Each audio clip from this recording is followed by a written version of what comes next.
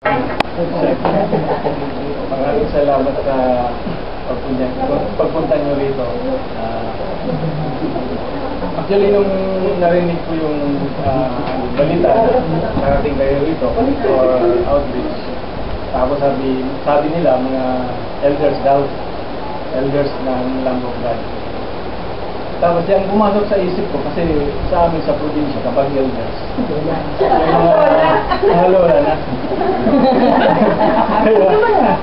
Ano ba yung mag-ano dito sa Singapore? Nagulat ako nang dumatay ako kanina. Sabi ko, mas matanda ko pala kami sa kanina. Kaya yun, maraming salamat sa inyo. At ang sharing ko ngayon, tungkol sa yung medyo nawala ako ng ilang sa prayer meeting, medyo hindi ako nakaka-attend ng mga ilang buwan. Siguro dahil sa nature ng trabaho ko, hindi ko hawak yung oras ko at araw ko.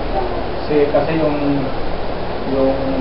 trabaho na binibigay sa akin ng aking boss, kumbaga automatic, talagang siya yung nagsasabit ng overtime ko, siya yung nagsasamit kung yung araw na yan, nagtatrabaho ko, hindi.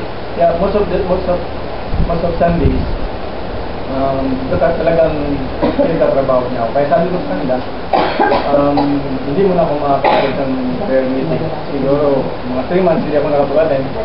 Tapos, na-feel ko na siguro sabi ko by end of July or first week ng August, baka makasama niyo na ako.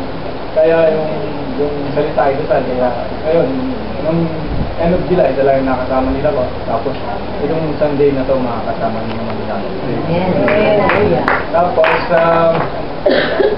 nung sinare ko rin sa grupo nung time na nag-CSS tayo, na nung time na hindi ako nakakapag-attend, kumbaga parang nabibili ko na sa sarili ko na parang nawawala ako. Kumbaga, parang sa sarili ko lang na parang nahihiya ako kasi hindi ako nakakapag-attend. Ngayon, nag-pray na gano'n tayo, nung umaawi tayo ng Holy Spirit, Holy Spirit. Naramdaman ko na naman yung hindi nakaganon ako. Tapos, parang may gumanon sa akin eh. May gumanon. Ginanong ko yung kamay ko. Bukas kong gano'n. Pag bukas kong gano'n, parang may humawak sa akin dalawa ganito. Yung kamay kong gano'n, pag ba yung nakabukas ng ganyan, yung kilabot, mula ulo hanggang paa. Pero kung kilabot lang, parang may humahawak eh. Parang may humahawak sa akin.